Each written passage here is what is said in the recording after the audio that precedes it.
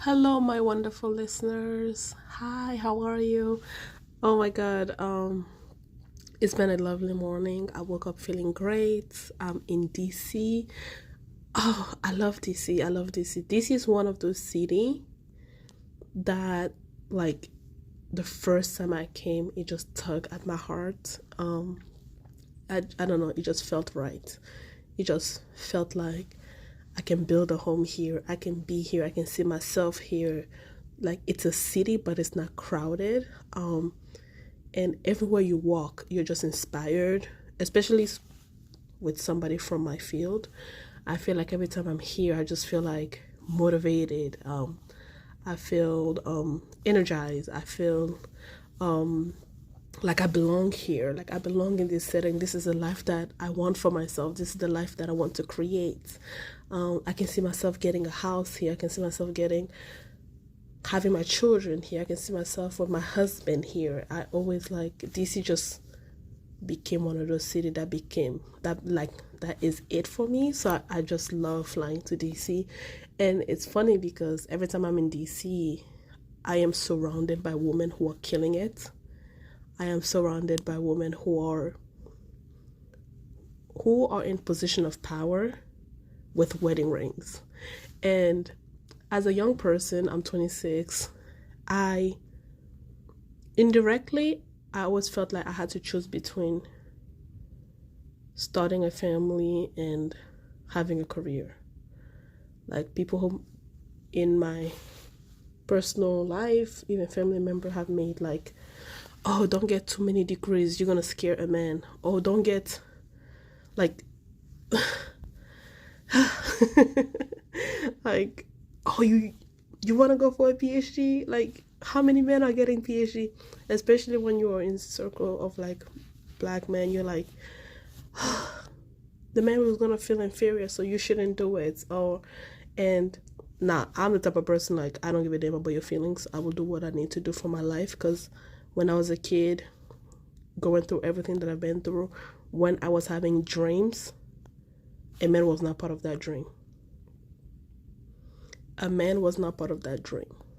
When I was growing up in a refugee camp, hungry, my dream was, oh, one day I'm gonna have a good job. One day I'm gonna buy a house. I'll have my own room.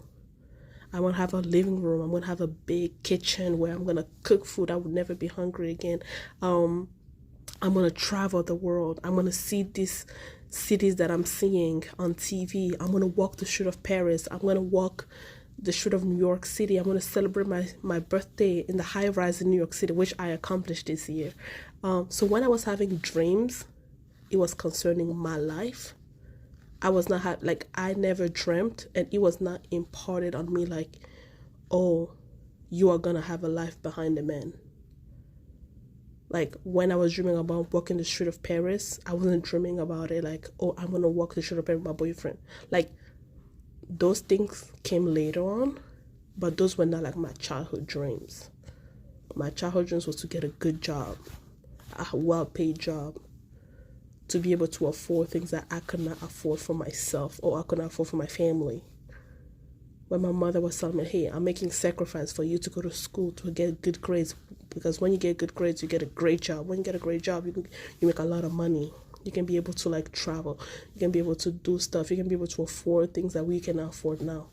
When I was a kid, eating chicken was a luxury. Drinking Coca-Cola was a luxury. Having breakfast, milk, bread, honey, like those were luxuries.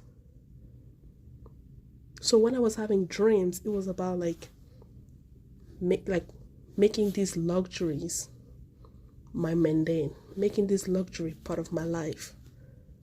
So a man was not really part of it. Like I heard like, oh yeah, a woman has to be married, a woman has to do this, blah blah blah blah, but it was never imparted on me, and I never walked with the mentality of like, oh, for me to be successful, I need to be married. Oh, for me to do this, I need to have a man by my side. For me to, like, no. When I went to school, I got my grades. I worked my head. So it's kind of hard to kind of like not be a career woman for me, because that's what I was one. I wanted to be a career. I wanted to have something for myself. I wanted to be able to give something for myself. And it wasn't until I went to college where I started feeling like, oof, you're a problem. The way that you are a problem for society. Because people like to be like, oh, well, Africans, African women are conditioned to marry. Yes, being married is a part of our culture, is a part of like, because weddings in African cultures are seen as a sign of success, right? Getting a good job is a sign of success. Like, so for me, it's like, when I get a good job, I want to settle down, right? Because those are the checkpoints of success that you have to have. However, African parents, they don't even want you to be next to a boy in a class. They don't want you to be sitting next to a boy, because they'll tell you boys are distractions. Like they expect you to go to school, to make something of yourself, and to have a job. African parents don't, like me and my friends, the way we were raised, none of us was raised to wait on a man. None of us. Whether we were from single family household or from two parents household. One of my friends is a lawyer. One of my friends has 2 master's degrees. My other friend is doing her master's degree in public health. All of my African girlfriends, those bitches are killing it. Those bitches were taught to be killing it on their own. You are not going to live in my house and not bring a college degree. You find yourself with a college degree. That's the rule in an African household. So it wasn't until college where, when I'm dating, I'm feeling like, oh my God, I'm doing an international relation major and I'm sitting next to somebody who doesn't know what they want to do with their life, which is fine. I don't think at 18 you're supposed to figure things out, but like, you can just feel the tension. Oh, this guy is cute, but he doesn't have his life together. We are not speaking the same language. We are not on the same playing field. And you're like, and then you're sitting there and he's looking at you feeling like, damn. And for most guys at that age, because they're not mature enough and they want to kind of like validate their manhood, the way they do that is by putting you down. And here's the thing about us African, especially us Congolese, regardless whether you're a man or you're a woman, bitch, we are prideful. We walk with pride. Pride is our middle name. My name is Sentish Pride. Like, you cannot put an African down, because an African already believes they are the best. Congolese, especially, listen, I would say Nigerians and us were cousins.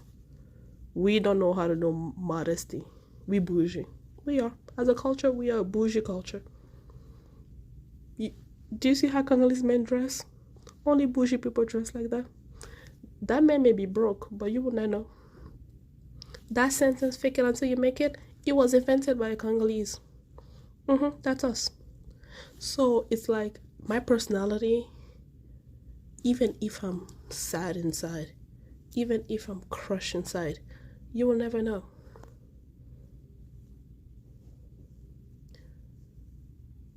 And so if I'm listening to a guy telling me like, oh, you're too strong, I'm just like, oh, if he thinks I'm strong, that means he's weak. So what the hell would I spend my time with him? He's already not feeling himself, so what the hell would I want to be with him? That's always been my mentality. If you think I'm too much when I'm asking him the basic, then he's already showing me he's not good enough, so bounce. So I am so glad I wasn't raised with self-esteem issues. Like, I talked about my body being like internally, but like outward, I never acted on myself. Like, no, you don't want to be around? Bye. I'm okay with being alone. We talked about this. African parents raise you to be alone, to be okay with being alone. So I really don't like, so growing up, I've never really saw marriage and career as one or the other. I've always saw them as happening one before the other, right? So for me, my career had to happen first. So it was never a one or the other. It was like you go to school, you finish well, you get a job, you think about marriage. And I think that's what I've always known, is like marriage was not a priority. Like it did not come first. I did not think of I finish school, then I get married, then I have a job, because if I were to be married, knowing me, knowing the type of person that I am, I feel like my career would take a backseat, because I will want to be very present in my family life. But if I have a job first, I have a routine of going to work, then I meet somebody, we start dating, we get engaged, we get married. I feel like that would be a natural progression for me than if the reverse was true. Because if I get married first, will I have the freedom to make the decisions that I currently make? I'm going to have this other person input into everything that I do. However, if I have a career first, this person's going to meet me with a career already. He knows what he's getting into. So the progression was always you go to school, you get a job, and then you get married. That's what I was taught until I went to college, right? Meeting these guys, seeing how I was thinking about 10 years ahead, and these dudes did not know what they wanted to do now. And I also think that I don't blame them, because I feel like you're a kid. Not every kid is raised to know what they want to do, who they are. Like, I'm 26. Like, I may have an idea of what I want, but sometimes I feel lost, which is okay, because you're a person, you're a kid, you're growing, you're developing. But being an African girl, always having this attitude, this innate attitude of always foreseeing 10 years ahead. Because like I said in previous episode, when I meet a guy, I'm thinking, oh, can I bring him home? Because again, we're not conditioned to just date for fun, right? So it wasn't until college when I was just like, ooh, then those thoughts, those indirect, like people make indirect comments where you're like, if you keep having a lot of degrees, like, men won't want you. I told you, my uncle told me, like, yeah, what are your degrees going to do once you get married? You're going to need to be a wife, right? Like, you have to pick one or the other. When I always thought, and I was been taught, that I was going to have both at the same time. And it's funny, because I've heard Michelle Obama said something like, women can have it all, but not at the same time. So there's going to be time where you're going to have to be super focused on your career. There's going to be a time where you're going to be super focused as being a mother and a wife and blah, blah, blah, blah. And it's like, and all of those conversations kind of like fucks with me, because I do have like a couple of, they used to be friends, but now they're acquaintance. And even the way they will say stuff, you can like, me not wanting to be married first or not be boy crazy is like, it's like anti-feminine. It's like anti-woman. Like they would be like, because yes, there's value. Like, I feel like as a society we put so much value in being married and in being a mother, which is great, which are values that I have. But like, I don't want it now. Like, I don't want it now.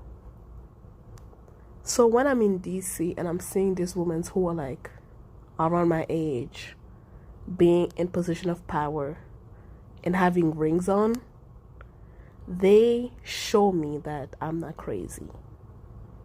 They display, they illustrate, they demonstrate that no, what I've been taught was correct for girls like me. It is now far-fetched to finish school, to get a job, and find a man who loves you and is engaged and loves the fact that you go to work. Like one of my friends has an IUD. She doesn't want to have children now. She's married, happily married. She's killing it. And she has an understanding husband. And he works too. They are trying to create a foundation for them to be well off once they become parents. And it's like, yes, we can have it all at the same time. We can. Like, in the last couple of months, I've been meeting guys in my field, right? I've been meeting good guys. I've been meeting guys who are like educated, like, you know, they have a job, they begun their career. Like at 26, when I met a guy who's like 28, 29, he's like, he's already working, right? He's been working since he was 22, like straight out of college and everything. And when we're talking and we're discussing stuff, it's like, oh, he's interested with my brain. He's interested with what I have to say. He's not just seeing me as a beauty face, like as a beautiful face. Like, we know we're having deep conversation, and it's like, okay, oh my God, you do exist. You do exist. You exist. Men who can see an educated woman who has her own stuff, who wants to make something out of herself, is not relying on his name to become somebody. They do exist. And here's the thing though, I hate the conversation between housewife versus career wife. I hate the conversation between traditional wife versus modern woman or traditional woman, because I honestly feel like if your sole purpose in life, your sole gift in life is to be someone's wife and somebody's mother, like, I get it. Like, I get it. And if you lived a life where growing up you just wanted to be married and be somebody's wife, I get it. I may not agree with it, because I believe we're all born to do something. We're all born with a gift. We're all born to make something out of. I think I have a problem with women whose sole identity is based on the man that they're with. I have a problem with that.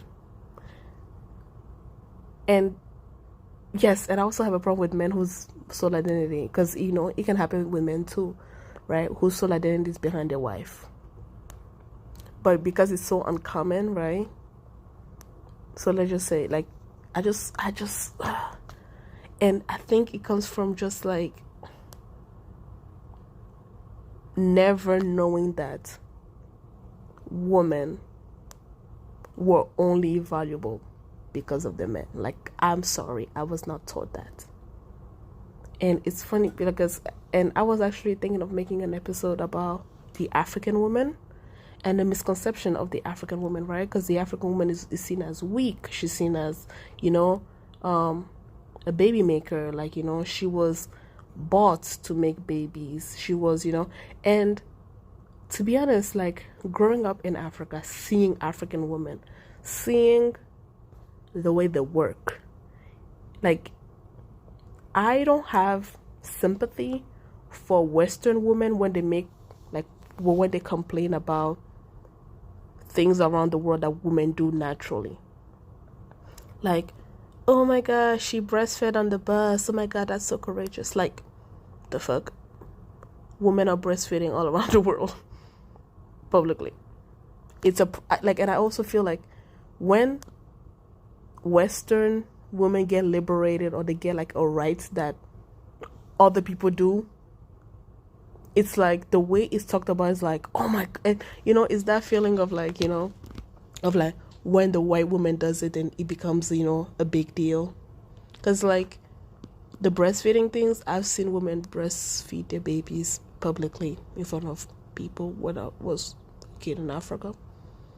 Like you can be having a conversation and a woman take her titties out, she feeds it, because we understand that, she has to feed the baby, and that's how you feed the baby. Like, so when people complain about like the smallest thing of like, oh, I'm just like, women around the world are doing a lot with the baby. Like you may see them as weak and as because they don't have the technology that you have, but like that makes me see them as super strong, because like they don't have the technologies, they don't have the medication to to be numbed or whatever, but they still do it. So get the fuck out of my face with your complaints, honestly. Like I hope to God, like of course, like your pain is your pain, right? That's fine, I get it. But I hope to God to like and it's just my son awful, but like I don't make unnecessary complaints. I don't, because like I know other people, like, because again I've had so many worldly experiences that I understand the privilege that I have. I own my privilege. I'm not gonna be like, oh, I'm privileged for this. No, but I understand it. So the best way to show that you understand your privilege is by shutting the fuck up. So like so and I am gonna do an episode about the making of the African woman, as how she's seen as this weak person, but in reality that bitch is strong. That bitch is strong. So from my African woman history, yes, they were in the house. Yes, but here's the thing though. Women are the one who go fetch for water. Men don't do that. Women are the one walking miles and miles to go fetch for water. That shows courage. That shows strength. African women are the one that like educate their kids. So in order for you to be an educator, you need to be educated. So this training of how to be a wife is like, you have to have thoughts. You have like men expect you to have thoughts, because if you're going to be in a home and you have to educate his kids, you have to be educated too.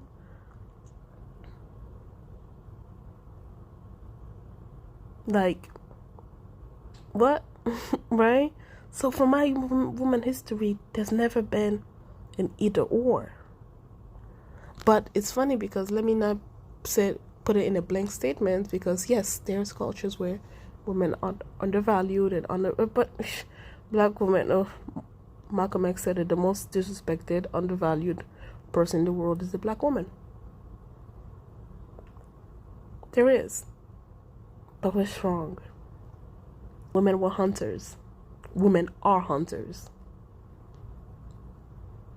Women are the one that put the family together.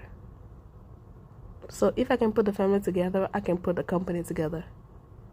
If I know how to make something from nothing, oh, trust me, I can take care of a career and a house. So do I feel like I need to choose between the two? For the environments that I'm in, I thought I did until a year ago. I thought I did. I was like, okay, I'm going to put off marriage. I'm going to put off truly dating people, because I've always been in situations where like I meet guys who really like me, but I don't like them the same way, or I just don't see them being compatible with what I want. So it just be like, in my head, I'd be like, okay, let's see if it's going to grow. If it's going to grow, but then it doesn't grow. And then they turn to be assholes. And when they figure that it's not, like I'm not developing strong feelings for them, instead of just like, be like, okay, let's just end it and, be amicable about it, then they be like, oh, you're a bitch, oh, you're this, oh yeah, you act like a man. So they try to like de-womanize me, like make me feel like undervalued, make me feel like, oh, you will never find somebody. And I feel like some women who are themselves feeling some type of way about not being able to earn for themselves or do and it's not, to be honest with you, it's not even about earning for yourself. It's having the freedom to be yourself. It's having the freedom to have a self. Like, do you even understand that? Like, you need to have the freedom to have a self. I think that's what I believe in. Like, I do not want a man who relies on me for anything. I don't want you to base your identity on me. That's why when I meet a guy and we're having conversation and we talk about traumas and everything, you know what I asked him? Have you been to therapy? I'm not your therapist and I'm not your mother. Because you need to have your life. I want a man who loves his life and who wants to love his life with me. And that's why I did the work on myself, because I don't want to bring my trauma to you, because I don't think it would be fair for your existence to be cuddling to my trauma.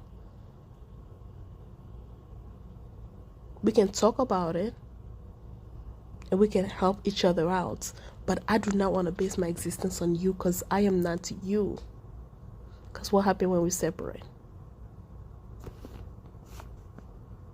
What happened if we separate? I start becoming me or you start becoming you? Like, get the fuck up. So I want a man who loves himself, have his shit together, physically, emotionally, financially, everything. And when we meet, we build together. Because, ooh, motherfucker, I want to build an empire with you. I want to build an empire with you. So you better come ready to work. Because I'll put in the work. So I need you to put in the work. One person cannot lift the table. So yeah. So, no, we can have it both. We can. So it shouldn't be career versus... I don't think women should feel like they should choose between a career versus marriage. Because at the end of the day, I did not go to school thinking about marriage. I did not get student loan thinking about marriage. I went to school to build something for myself. And I want to build something for myself. And I want to build something for my family with somebody who wants to have a family with me. So yeah, guys, I love DC. I really, really, really love DC. It honestly inspires me. It makes me fall in love with life. It makes me fall in love with my life, because women today are dealing with a lot, especially, talking about careers and stuff like that. It's like, and it's funny because I've never been like a woman this, a woman that, because like there's part of me that like I'm traditional in some aspect, and I'm modern, quote unquote traditional, quote unquote modern. But I feel like people are complex and we shouldn't put in one box. But I've never really been like, oh yeah, women should do this, women, like I've always been like, listen, this is my life, this is how I want to live my life and everything. But I think when my life has become part of the, have starting to resemble part of public conversations, and people are saying stuff to me that I've, like my friends have told me, I've been told the same thing, or people say the same, like this guy said the same thing to me, and then you start like reading, listening to like videos of when, like, especially black women are talking about this, like, hey, we're making a lot of money, and now we're being like, we're being shamed for being smart, we're being shamed for having careers, we're being shamed for this. And I'm just like, yeah, no, there's really good men out there. It's like, honestly, like this past year I've met really good men who loves a woman, men who believe that your education is your asset, you know, and to the woman who likes, because here's the thing, women are so harsh on women. Like, listen, if I'm okay with you, if I'm okay with you thinking your soul existence popping babies and having your identity link, your soul identity being with a man and stuff like that, bitch, stop telling me what's wrong with me. Because here's the thing though, you saying that is not you trying to help me, it just shows that you're jealous of me. To be honest, like, it just shows you're jealous. You know, since you cannot do it, since you have not been able to do it, since you have not been able to experience the freedom of just having yourself, like I said, I don't respect people who don't have a self to go to. I don't, because again, you were born yourself. You left your mama, taught me, by yourself. So how the hell are you? No, bitch, go get therapy. Get therapy, because marriage is great. Oh my god, it's so good to have a partner. It's good. And this is not to bash people, like saying marriage is not. No, it's good. It's good to come up with it. Like, oh my god, I look for the day that I just come back home. The first thing I want to do is just get like a big cuddle, just lay in the couch and just like cuddle with my man and everything. Be like, hey, how was your day? It's like, hey, how was your day? This will happen to me. This will happen to me. Okay, let's go get food. It's good to have somebody to lean on, because life is hard. We all need somebody. But you cannot base your entire identity by somebody. You cannot. I don't know. I don't care what you say, but you cannot. So, y'all women who like to talk shit to other women because they have something that you secretly want and don't have and don't know how to get it, go to therapy, please. Alright, guys. I'll talk to you guys later. I have to go to lunch with my conference people. And yeah, this was an impromptu thing. It ended up being like about 30 or 40 minutes, but should be fun. Thank you guys. Oh, bye-bye. See ya.